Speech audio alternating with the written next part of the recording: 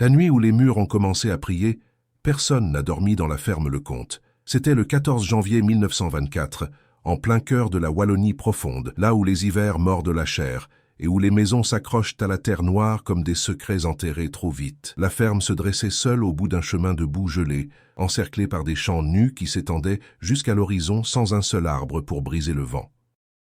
Ce soir-là, le froid était si violent qu'il faisait craquer les poutres centenaires. Mais ce n'était pas le froid qui tenait éveillée Marie-Thérèse Lecomte, son mari Albert et leurs 3 enfants.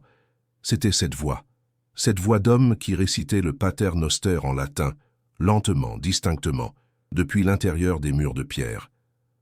Avant de continuer, dites-moi, de quelle ville vous m'écoutez? J'adore savoir où vous êtes et quelle est la température dans votre ville. Marie-Thérèse avait 32 ans, mais la vie paysanne l'avait vieilli prématurément. Ses mains étaient rugueuses comme de l'écorce, ses cheveux tirés en chignon strict sous un fichu noir. Elle se tenait debout dans la cuisine, une lampe à pétrole tremblante dans sa main droite, scrutant les ombres dansantes sur les murs de pierre blanchis à la chaux. Son souffle formait de petits nuages devant sa bouche. Derrière elle, Albert serrait une fourche contre sa poitrine, ses yeux bleus enfoncés dans leurs orbites, fixant le plafond bas aux poutres noircies par des décennies de fumée. La voix venait de partout et de nulle part à la fois. Elle ne venait pas d'une pièce précise. Elle habitait la maison. Pater Noster, qui est Incellis, sanctificetur nomen tuum. Les mots latins s'écoulaient, comme de l'eau froide le long des murs, glissaient sur les dalles de pierre, montaient vers les combles. Marie-Thérèse sentait sa gorge se serrer. Elle connaissait cette prière. Toute la région catholique la connaissait, mais jamais elle ne l'avait entendue ainsi, sans corps, sans souffle, sans chaleur humaine, juste la voix, masculine, grave, calme. Comme si quelqu'un récitait son chapelet dans l'obscurité, quelque part entre les pierres et le silence. « Monte voir !» murmura Albert, sa voix brisée par la peur. Marie-Thérèse secoua la tête violemment. Les enfants dormaient à l'étage, ou du moins faisaient semblant. Elle avait entendu leurs pleurs étouffés 1 heure plus tôt, avant que la voix ne commence. À présent, plus rien. Un silence pire que les cris. « On attend le matin », dit-elle d'une voix blanche. Mais le matin ne vint pas assez vite. La ferme Lecomte était une bâtisse typique du Namurois rural. 2 étages de pierre calcaire aux volets verts délavés, un toit d'ardoise grise, incliné sous lequel s'entassaient des greniers obscurs, sentant le foin moisi et la laine de mouton. L'étable jouxtait la maison, séparée seulement par une porte basse qui ne fermait jamais complètement. L'hiver, on entendait les vaches souffler dans leur sommeil. Ce soir-là, elles étaient silencieuses. La famille avait acheté cette ferme en 1919, juste après la Grande Guerre. Albert revenait du front, le regard vide, les mains tremblantes. Il ne parlait jamais de ce qu'il avait vu dans les tranchées de l'Isère. Marie-Thérèse avait pensé que la terre le guérirait, qu'il retrouverait sa force en labourant les champs, en traînant les vaches vers les pâturages, en réparant les clôtures. Pendant 4 ans, cela avait fonctionné. La ferme était isolée, difficile d'accès, mais c'était justement ce qu'il cherchait. La paix, le silence, jusqu'à cette nuit de janvier. À 3 heures du matin, la voix s'arrêta. Le silence qui suivit fut pire que tout. Marie-Thérèse et Albert restèrent immobiles dans la cuisine, agrippés l'un à l'autre, n'osant pas respirer trop fort. La lampe à pétrole avait presque consumé tout son huile.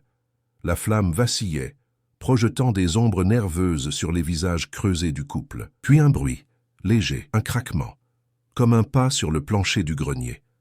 Albert leva les yeux vers le plafond. Une fine poussière de plâtre tomba lentement dans la lumière jaune de la lampe. Un autre craquement, plus net, plus lourd. « Il y a quelqu'un » souffla Albert. Marie-Thérèse serra sa main si fort que ses ongles s'enfoncèrent dans sa paume. « Non, il n'y a personne. J'ai entendu. Il n'y a personne. » Mais tous les deux savaient qu'elle mentait. Le lendemain matin, sous une lumière blafarde qui ne réchauffait rien, Marie-Thérèse inspecta la maison pièce par pièce. Les enfants, Henri, 9 ans, Jeanne, 7 ans, et la petite Louise, 4 ans, étaient blottis dans le lit des parents, pâles comme des fantômes. Ils ne posaient pas de questions, ils avaient entendu eux aussi. Marie-Thérèse monta au grenier avec une bougie. L'escalier de bois gémissait sous chaque pas. L'air sentait le renfermer, le vieux tissu, la poussière accumulée. Le grenier était encombré de malles, de chaises cassées, de sacs de grains vides. Rien n'avait bougé. Elle resta là plusieurs minutes, scrutant chaque recoin, cherchant une trace, une preuve, quelque chose qui expliquerait. Mais il n'y avait rien. Juste le froid.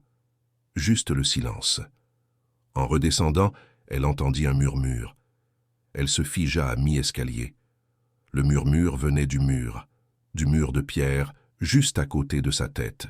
Ce n'était pas une voix complète, plutôt un souffle formant des syllabes, incompréhensibles, mais là, présent. Marie-Thérèse plaqua sa main contre le mur. La pierre était glacée. Elle colla son oreille contre la surface rugueuse. Le souffle continua, régulier, comme une respiration. Elle recula brusquement, manquant de tomber dans l'escalier. Sa bougie s'éteignit. Dans l'obscurité totale du grenier, elle entendit distinctement « Libera nos amalos, délivre-nous du mal ». Elle dévala les marches en hurlant. Albert partit chercher le curé le jour même. Il enfila sa veste de laine noire, attacha son cheval à la charrette et prit la route boueuse vers le village de Falisol, à 6 kilomètres de là. Le ciel était bas, gris, chargé de neige qui ne tomberait peut-être jamais. Les champs défilaient, monotones, parsemés de corbeaux noirs qui piaillaient depuis les souches d'arbres morts. Falisol n'était qu'un amas de maisons basses autour d'une église en pierre du XVIIe siècle. Le village comptait 200 âmes, des fermiers pour la plupart, des gens taiseux qui parlaient wallon entre eux et regardèrent les étrangers avec méfiance. Albert attacha son cheval devant le presbytère, une bâtisse étroite aux volets fermés, et frappa à la porte. Le curé van der Linden ouvrit après une longue minute. C'était un homme maigre d'une 60aine d'années, au visage sévère encadré de favoris gris. Il portait une soutane noire usée et sentait le tabac froid. « Monsieur le comte », dit-il d'une voix neutre. Albert ôta sa casquette, la tordant entre ses mains. « Mon père, il se passe quelque chose chez nous, quelque chose qui n'est pas naturel. » Le curé ne répondit pas immédiatement. Il observa Albert avec attention, comme s'il cherchait à évaluer sa sincérité. Puis il hocha lentement la tête. « Entrez. » Dans le salon étroit du presbytère, devant une cheminée où brûlait un maigre feu, Albert raconta tout, la voix en latin. Les pas dans le grenier, les murmures dans les murs. Le curé écoutait en silence, les doigts joints devant ses lèvres, sans jamais interrompre. Quand Albert eut terminé, le curé se leva lentement et marcha vers la fenêtre. Dehors, la neige avait finalement commencé à tomber en flocons épais et lents. « Vous n'êtes pas le premier », dit-il enfin, sans se retourner. Albert sentit son estomac se nouer. « Comment ça ?»« Cette ferme. » Le curé marqua une pause. « Elle a une histoire. »« Ça, quelle histoire ?» Le curé se retourna. Ses yeux étaient de froid, profonds, portant un poids qu'Albert ne comprenait pas encore. Un prêtre y a vécu, il y a longtemps, avant la guerre.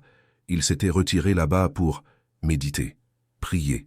Il marqua une nouvelle pause. Il n'en est jamais reparti. On l'a retrouvé mort dans le grenier, agenouillé devant un crucifix. Albert déglutit péniblement. De quoi est-il mort? On ne sait pas. Le curé retourna s'asseoir lentement. Mais depuis ce jour, personne n'a pu rester longtemps dans cette maison. Le silence s'installa lourd, épais comme la neige dehors. « Pourquoi personne ne nous l'a dit ?» demanda Albert d'une voix tremblante. Le curé ne répondit pas. Il fixait les flammes dans la cheminée, perdu dans ses pensées. Finalement, il murmura « Parce que personne ne voulait y croire. » Le curé van der Linden arriva à la ferme Lecomte le lendemain à l'aube, transporté dans la charrette d'Albert, sous un ciel de plomb. Il portait une valise de cuir noir usée, contenant un missel, un crucifix d'argent, un flacon d'eau bénite et un chapelet en bois d'olivier rapporté de Terre Sainte. Le vent soufflait en rafales glacées, arrachant des tourbillons de neige fraîche des champs environnants. Quand ils arrivèrent devant la ferme, le prêtre resta un long moment immobile dans la charrette, fixant la bâtisse de pierre comme s'il la voyait pour la première fois. « Tout va bien, mon père » demanda Albert en attachant le cheval. Le curé ne répondit pas immédiatement. Ses lèvres remuaient silencieusement. Une prière peut-être, ou simplement la peur. « Oui » dit-il enfin d'une voix qui manquait de conviction. « Allons-y. » Marie-Thérèse les attendait sur le seuil, enveloppée dans un châle de laine noire, les traits creusés par l'insomnie. Elle avait passé la nuit entière assise dans la cuisine, une lampe allumée devant elle, un couteau de cuisine posé sur la table. Les enfants dormaient tous les trois dans le lit conjugal, serrés les uns contre les autres, comme des chatons abandonnés. « Bonjour, madame le comte », dit le curé en retirant son chapeau. Marie-Thérèse hocha la tête sans sourire. Elle a recommencé cette nuit, la voix. Oui, vers minuit. Elle baissa les yeux. Mais cette fois, ce n'était pas seulement la voix. Le curé échangea un regard avec Albert. Qui avait-il d'autre? Marie-Thérèse hésita. Ses doigts tordaient nerveusement le châle. Des coups. Dans les murs. Comme si quelqu'un frappait de l'intérieur. Elle déglutit péniblement. Et puis, j'ai entendu des pas, dans le grenier. Des pas lourds, lents, qui marchaient d'un bout à l'autre de la pièce. Vous êtes monté voir? Non, sa voix n'était qu'un murmure. J'ai eu trop peur. Le curé inspira profondément et saisit sa valise. Montrez-moi cette maison. Ils commencèrent par le rez-de-chaussée.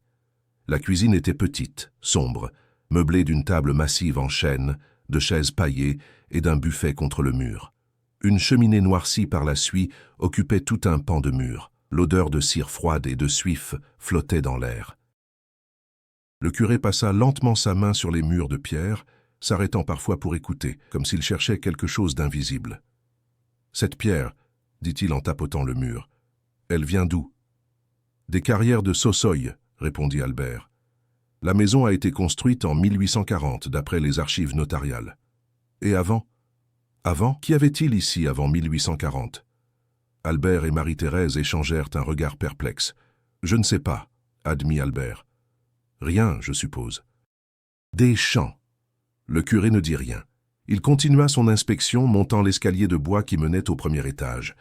Les marches craquaient sous son poids. L'air devenait plus froid à mesure qu'il montait, comme si la chaleur refusait de monter. En haut, un couloir étroit desservait 3 chambres aux portes fermées et une échelle menant au grenier. Le curé s'arrêta devant l'échelle. Il leva les yeux vers la trappe de bois sombre au plafond. « C'est là-haut qu'on l'a trouvé, » dit-il doucement. « Qui ?» demanda Marie-Thérèse. « Le père Grégoire. » Le nom flotta dans l'air glacé comme un fantôme. « Qui était-il » insista Marie-Thérèse. Le curé posa sa valise au sol et s'assit sur la dernière marche de l'escalier, comme si ses jambes ne pouvaient plus le porter. Il passa une main fatiguée sur son visage. Le père Grégoire était un prêtre de notre diocèse, un homme brillant, instruit, qui avait étudié la théologie à Louvain. Mais il était différent. Le curé cherchait ses mots. Il s'intéressait à des choses que l'Église préférait ignorer, les possessions, les manifestations démoniaques. Il collectionnait des témoignages, des archives, des récits de phénomènes inexpliqués. Albert fronça les sourcils. Pourquoi l'Église l'a laissé faire? Parce qu'il était discret, et parce qu'on avait parfois besoin de lui. Le curé marqua une pause. En 1912, il a demandé la permission de se retirer dans cette ferme pour poursuivre ses recherches dans la solitude. L'évêque a accepté. Pendant 2 ans, personne ne l'a vu. Il ne descendait au village qu'1 fois par mois pour acheter du pain et des bougies. Et puis, un jour de novembre 1914, juste après l'invasion allemande, un fermier qui passait par là a remarqué que la porte était ouverte. Il est entré. Le curé ferma les yeux. Il a trouvé le père Grégoire dans le grenier, agenouillé devant un crucifix, les mains jointes, mort depuis plusieurs jours. Peut-être une semaine, peut-être plus. Marie-Thérèse porta une main à sa bouche. Mon Dieu, on n'a jamais su de quoi il était mort. Aucune blessure, aucun signe de maladie.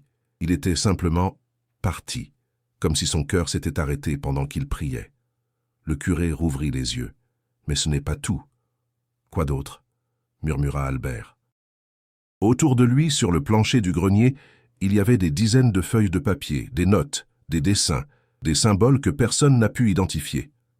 Le curé se leva lentement. L'évêché a tout fait brûler. Officiellement, le père Grégoire est mort d'une crise cardiaque.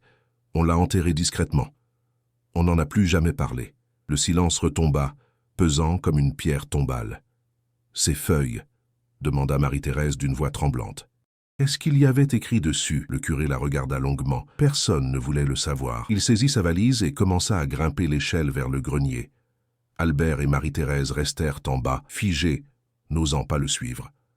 La trappe s'ouvrit avec un grincement métallique. Le curé disparut dans l'obscurité du grenier. Pendant plusieurs minutes, on n'entendit rien. Puis sa voix résonna, étouffée par les combles. « Apportez-moi une lampe. » Albert attrapa la lampe à pétrole dans la cuisine et monta rapidement l'échelle.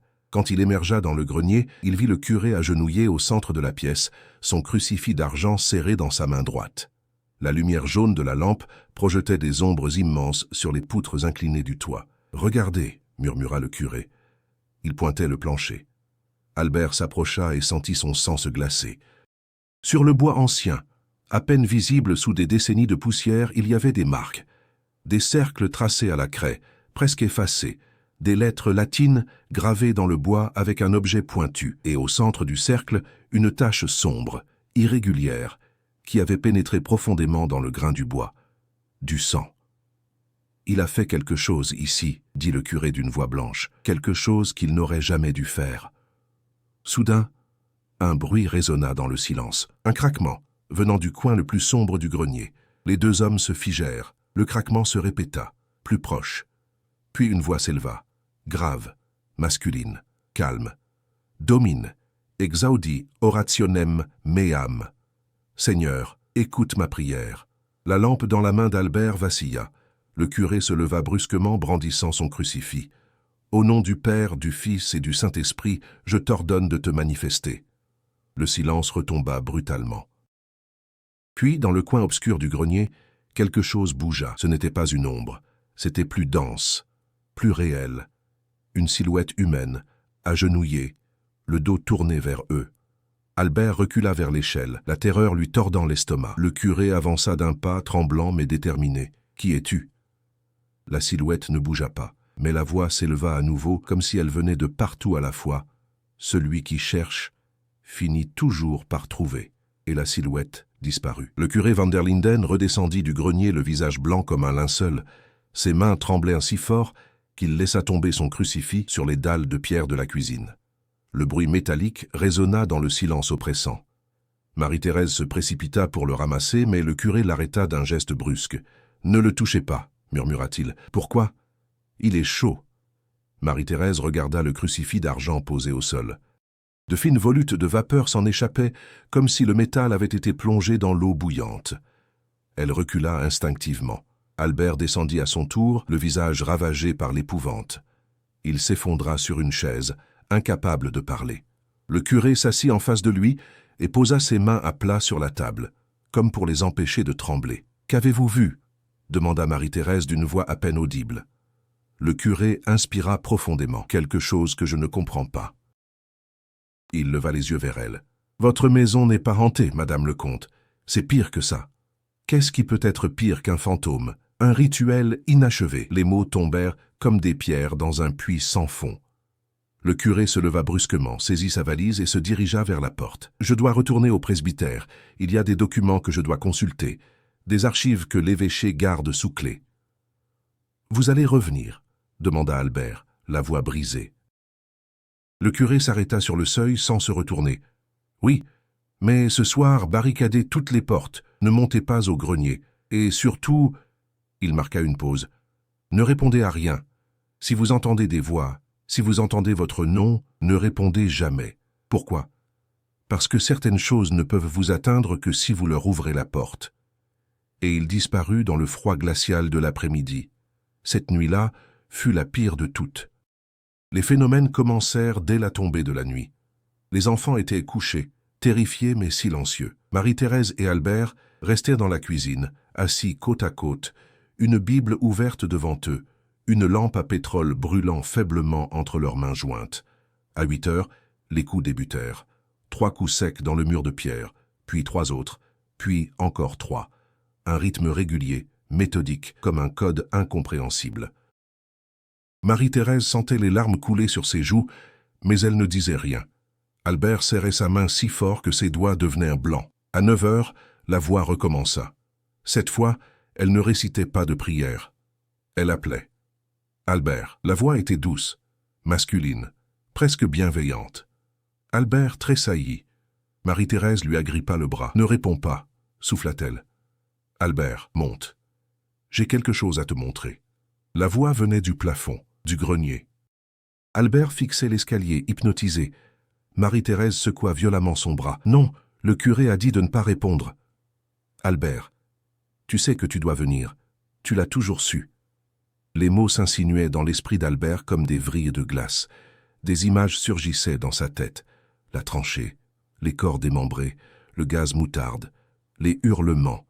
Et cette voix pendant la guerre, cette voix qui lui murmurait de tenir bon, de survivre, de rentrer chez lui. C'était la même voix. « Albert !» Marie-Thérèse le gifla violemment. Il cligna des yeux, revenant à lui. Les larmes coulèrent sur son visage. « C'est la voix que j'entendais dans les tranchées, » murmura-t-il. « Celle qui m'a sauvé. » Marie-Thérèse sentit son cœur s'arrêter. Quoi, pendant la guerre, quand j'étais blessé, quand je voulais mourir, il y avait une voix qui me parlait, qui me disait de continuer, de rentrer. Il leva des yeux perdus vers sa femme. C'était cette voix. À minuit, les pas recommencèrent dans le grenier, lents, réguliers, d'un bout à l'autre de la pièce. Mais cette fois, ils ne s'arrêtèrent pas au grenier. Ils descendirent. Craquement, craquement, craquement. Les pas descendaient l'échelle. Marie-Thérèse et Albert se levèrent d'un bond, reculant vers le mur le plus éloigné de l'escalier. La lampe tremblait dans la main de Marie-Thérèse, projetant des ombres folles sur les murs. Les pas atteignirent le premier étage. Ils continuèrent dans le couloir, lentement, inexorablement. Ils s'arrêtèrent devant la chambre des enfants. « Non !» souffla Marie-Thérèse. « Non, non, non !» Elle se précipita vers l'escalier, mais Albert la retint. « N'y va pas ! Les enfants ! Si tu montes, tu lui ouvres la porte !» Un cri déchira le silence. Jeanne. La petite Jeanne hurlait à plein poumon. Marie-Thérèse se libéra de l'étreinte d'Albert et bondit dans l'escalier. Albert la suivit, le cœur battant à se rompre.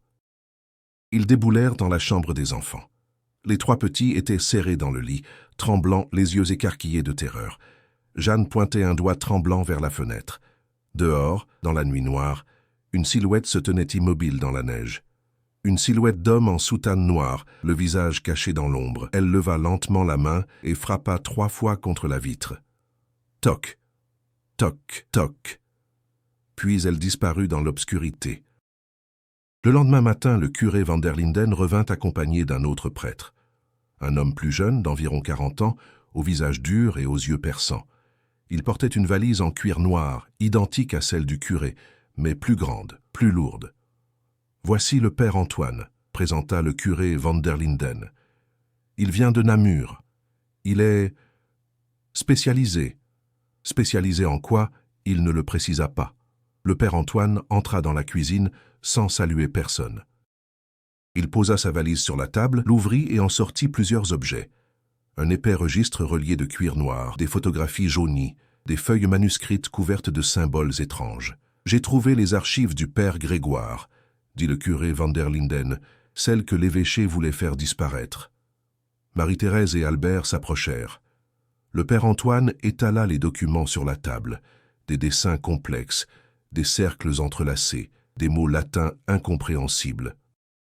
Et des photographies de cette maison. Le père Grégoire documentait tout, expliqua le père Antoine d'une voix froide, chaque phénomène, chaque voix, chaque manifestation. Il pointa une photographie montrant le grenier. Il croyait pouvoir établir un contact. « Un contact avec quoi ?» demanda Albert. « Avec ce qui existe entre les mondes. » Le père Antoine leva les yeux vers eux. Le père Grégoire croyait en une théorie hérétique, que certains lieux peuvent servir de passage, des portes entre notre monde et autre chose. « Autre chose », répéta Marie-Thérèse. « Il n'y a pas de mot pour cela. Ce n'est ni le paradis, ni l'enfer. C'est un espace intermédiaire, un lieu où les âmes errantes, les prières non exaucées, les rituels interrompus s'accumulent. » Le père Antoine tapota le registre noir.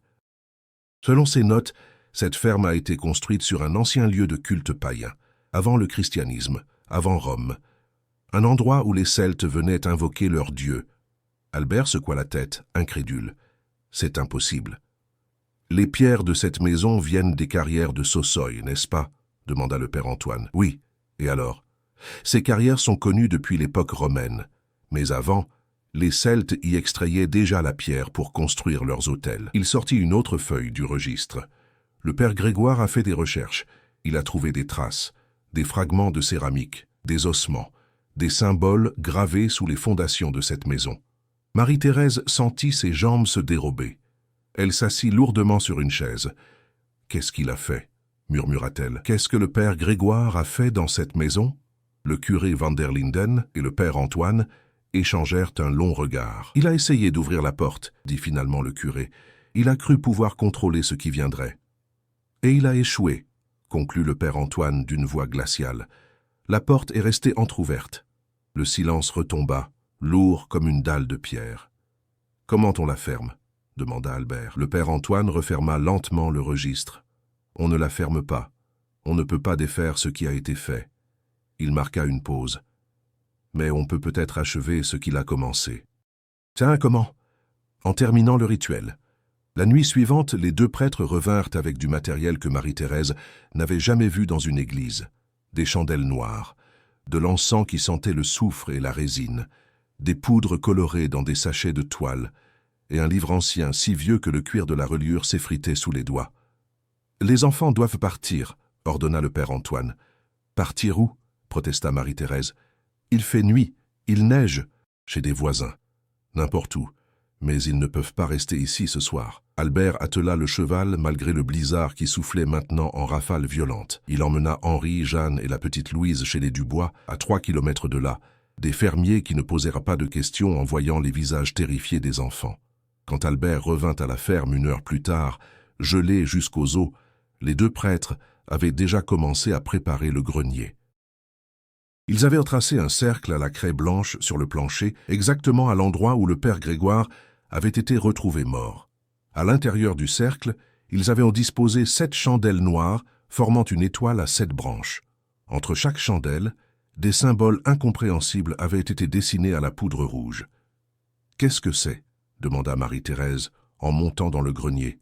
« Un cercle de protection, » répondit le curé van der Linden, mais sa voix manquait de conviction. Le père Antoine, agenouillé au centre du cercle, leva les yeux vers elle. « Ce n'est pas un cercle de protection, c'est un cercle d'achèvement. Le père Grégoire a commencé quelque chose qu'il n'a pas pu finir. Nous allons le terminer.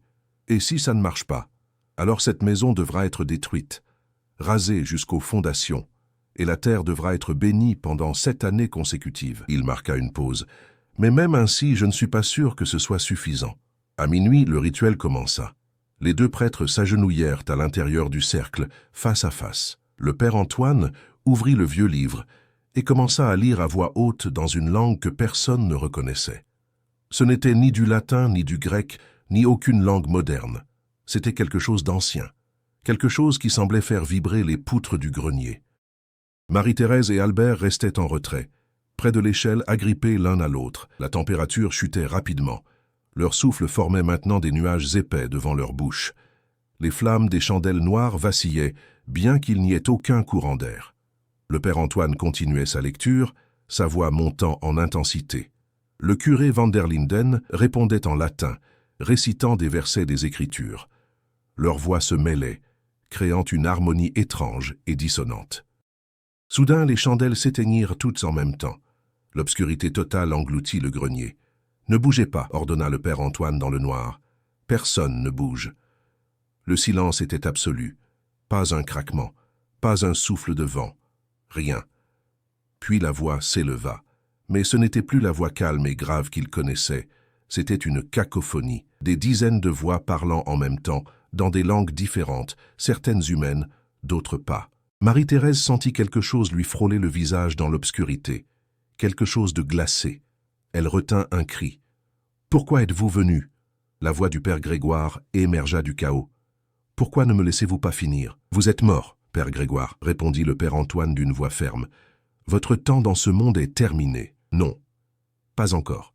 Pas avant d'avoir compris. » « Compris quoi ?»« Ce qu'il y a de l'autre côté. » Une lumière bleue, froide et maladive commença à irradier du centre du cercle. Elle ne venait pas des chandelles. Elle venait du plancher lui-même, comme si quelque chose brillait sous les vieilles planches de bois. Dans cette lumière spectrale, une silhouette se matérialisa lentement. Un homme en soutane noire, agenouillé, les mains jointes en prière. Son visage était tourné vers le sol. Ses cheveux étaient longs, gris, emmêlés. Sa peau avait la couleur de la cire. C'était le père Grégoire. « Mon Dieu !» souffla le curé van der Linden. Le fantôme leva lentement la tête. Ses yeux étaient vides. 2 orbites noires et creuses, mais il souriait. Un sourire horrible, trop large, qui déformait son visage. « J'ai vu, » murmura-t-il. « J'ai vu ce qu'il y a derrière le voile. J'ai vu les âmes qui attendent. J'ai vu les prières qui ne montent jamais jusqu'à Dieu. J'ai vu... Il marqua une pause, son sourire s'élargissant encore. J'ai vu que personne n'écoute. Ah, vous mentez, répondit le père Antoine. Vous avez été trompé. Trompé? Le fantôme se mit à rire. Un rire terrible, sans joie, qui résonnait dans tout le grenier. Non. Libéré, libéré de l'illusion, libéré du mensonge que vous appelez la foi. Le père Antoine se leva brusquement et sortit un crucifix de sa poche. Au nom du Christ, je t'ordonne de partir. Le rire du fantôme s'intensifia. La lumière bleue devint aveuglante. Votre Christ ne règne pas ici. Ici, il n'y a que le silence éternel de Dieu. Le père Antoine avança d'un pas vers le fantôme, brandissant le crucifix. Je n'ai pas peur de toi. Tu devrais. Soudain, le plancher sous les pieds du père Antoine se fissura. Une longue lézarde noire s'ouvrit, libérant une odeur pestilentielle de terre et de pourriture. Des murmures s'en échappèrent. Des centaines de murmures, des voix suppliantes, des prières inachevées, des appels à l'aide qui n'avaient jamais été entendus. Le père Antoine chancela mais ne recula pas. « Vous ne pouvez pas gagner. Cette porte doit être fermée. »« Elle ne peut pas être fermée, » répondit le fantôme. « Elle n'a jamais été fermée. Elle est ouverte depuis le commencement. Depuis que le premier homme a prié un Dieu qui n'a jamais répondu. » Le curé van der Linden se joignit au père Antoine, récitant à voix haute l'exorcisme. Leur voix montait, forte, déterminée, couvrant les murmures qui s'échappèrent de la fissure. Mais le fantôme ne disparaissait pas. Au contraire, il devenait plus solide, plus réel. Il se leva lentement. Sa silhouette grandissait, déformée, grotesque. Ses mains s'allongèrent, ses doigts devinrent des griffes. Son sourire se fendit jusqu'aux oreilles. « Vous voulez fermer la porte ?» gronda-t-il. « Alors l'un de vous doit prendre ma place. » Les deux prêtres se figèrent. Quelqu'un doit rester. Quelqu'un doit monter la garde. C'est le prix. Le silence retomba brutalement. Les murmures cessèrent. La lumière bleue s'affaiblit. Le fantôme attendait immobile, ses orbites vides fixées sur les deux prêtres. Le père Antoine et le curé van der Linden se regardèrent. Aucun des deux ne parlait, mais tous les deux comprenaient. Finalement, le curé van der Linden prit une profonde inspiration. « Je vais rester. »« Non !» protesta le père Antoine. « Vous êtes trop âgé. C'est à moi de... »« Non !» Le curé posa une main sur l'épaule du jeune prêtre. « J'ai passé ma vie à servir Dieu. Si c'est ma dernière mission, alors qu'il en soit ainsi. » Il s'avança vers le centre du cercle. Le fantôme du père Grégoire recula, son sourire disparaissant lentement. « Vous acceptez ?»« Oui. » Le curé s'agenouilla exactement à l'endroit où le père Grégoire avait été retrouvé mort. « Je reste, je monte la garde, et cette porte restera fermée. » Le fantôme hocha lentement la tête. « Alors c'est fait. » La lumière bleue explosa aveuglante, et quand elle se dissipa, le fantôme avait disparu. La fissure dans le plancher se referma lentement, comme une blessure se cicatrisant. Le curé van der Linden était toujours agenouillé, les mains jointes, les yeux fermés. Il respirait. Il était vivant. Mais quelque chose en lui avait changé. Le père Antoine, Marie-Thérèse et Albert redescendirent du grenier dans un silence absolu. Le curé van der Linden était resté là-haut, immobile, agenouillé au centre du cercle de craie. Il n'avait pas bougé. Il n'avait pas parlé. Ses lèvres remuaient en silence, récitant des prières que personne ne pouvait entendre. « On ne peut pas le laisser là-haut » murmura Marie-Thérèse, la voix brisée. Le père Antoine secoua la tête. « Si nous le déplaçons, la porte s'ouvrira à nouveau. » Il marqua une pause, le regard perdu. Il a fait son choix. Quel choix? Mourir à genoux dans mon grenier? Non. Le père Antoine se tourna vers elle, et pour la première fois, elle vit de la peur dans ses yeux. Pire que mourir. Rester conscient. Pour toujours. À surveiller cette porte. À empêcher que ce qui est derrière ne traverse. Albert chancela et dut s'appuyer contre le mur. Pour toujours? Jusqu'à ce que cette maison tombe en ruine, ou jusqu'à ce que quelqu'un d'autre prenne sa place. Marie-Thérèse sentit les larmes couler sur ses joues. « Nous devons partir, nous ne pouvons pas rester ici. »« Non, » dit le père Antoine d'une voix ferme, « vous devez rester. »« Quoi ? Si cette maison reste vide, d'autres viendront, des curieux, des pilleurs, des gens qui ne comprendront pas ce qui est en jeu. » Il les regarda intensément. « Vous êtes les gardiens maintenant. C'est votre responsabilité. » Albert et Marie-Thérèse se regardèrent, horrifiés. Vous ne pouvez pas nous demander ça, protesta Albert. Je ne vous demande rien. Je vous dis ce qui doit être fait. Le père Antoine ramassa sa valise. Je vais informer l'évêché. Officiellement, le curé van der Linden est parti en retraite spirituelle. Personne ne posera de questions. Il se dirigea vers la porte. Ne montez jamais au grenier. Ne laissez personne y monter. Et si vous entendez à nouveau des voix, ignorez-les. Et si nous partons quand même?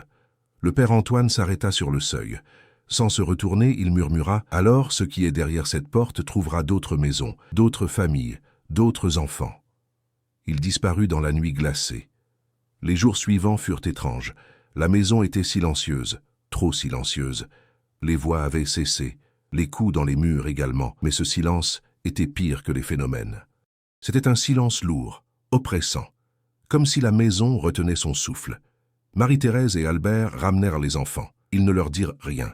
Ils ne pouvaient rien leur dire. Comment expliquer à un enfant qu'un prêtre vivant se trouvait dans leur grenier condamné à prier pour l'éternité? Henri, le plus âgé, posait des questions.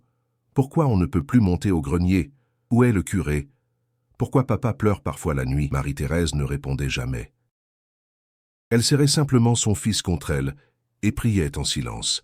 Les mois passèrent. L'hiver céda la place à un printemps maussade. Les champs se couvrirent de fleurs sauvages. La vie reprit son cours. Mais la famille Lecomte n'était plus la même. Albert travaillait du matin au soir pour ne pas penser. Marie-Thérèse cuisinait, nettoyait, s'occupait des enfants avec une efficacité mécanique vide. Et chaque nuit, ils entendaient, très faiblement, presque imperceptiblement, le murmure des prières en latin qui s'échappait du grenier. Le curé van der Linden priait sans s'arrêter. En juin 1924, le père Antoine revint. Il avait vieilli. Ses cheveux grisonnaient, ses yeux étaient creusés de cernes profonds. « L'évêché a décidé de sceller les archives », annonça-t-il en s'asseyant dans la cuisine. « Tout ce qui concerne le père Grégoire et cette maison sera détruit. Officiellement, rien ne s'est passé ici. »« Et nous ?» demanda Marie-Thérèse. « On fait quoi? On continue à vivre avec ça au-dessus de nos têtes ?» Le père Antoine ne répondit pas immédiatement. Il fixa la table, les mâchoires serrées. « J'ai essayé de trouver une autre solution. J'ai consulté des experts, des théologiens, des érudits. » Il leva les yeux vers eux. « Il n'y en a pas. Il doit y avoir quelque chose, » explosa Albert. « Il n'y a rien, » cria le père Antoine en frappant la table du poing. Puis, plus doucement, « Croyez-moi, j'ai cherché. J'aurais préféré mourir plutôt que de laisser le curé van der Linden dans cet enfer. Mais si nous le libérons, si nous brisons le rituel, ce qui sortira de cette porte détruira tout. » Marie-Thérèse sentit son cœur se briser. « Il est conscient. Il souffre. » Le père Antoine détourna le regard. Ce silence était une réponse. « Mon Dieu !» sanglota Marie-Thérèse. Le père Antoine se leva lentement. « Je vais partir. Je ne reviendrai pas.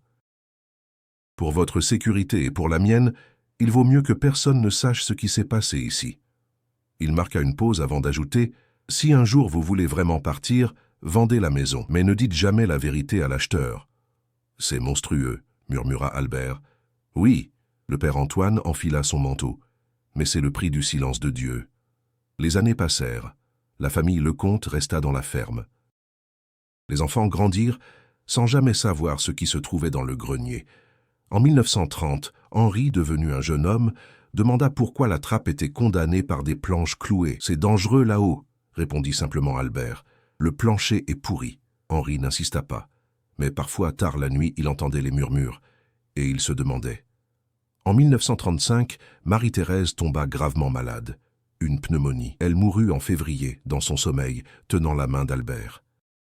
Ses derniers mots furent « Pardonne-moi, mon père ». Albert ne savait pas si elle s'adressait à Dieu ou au curé van der Linden. En 1940, la guerre éclata à nouveau. Les Allemands envahirent la Belgique. La ferme Lecomte fut réquisitionnée pour loger des soldats. Albert et les enfants durent partir. En quittant la maison pour la dernière fois, Albert monta jusqu'à l'échelle du grenier. Il posa sa main sur les planches clouées. « Pardonnez-moi » murmura-t-il.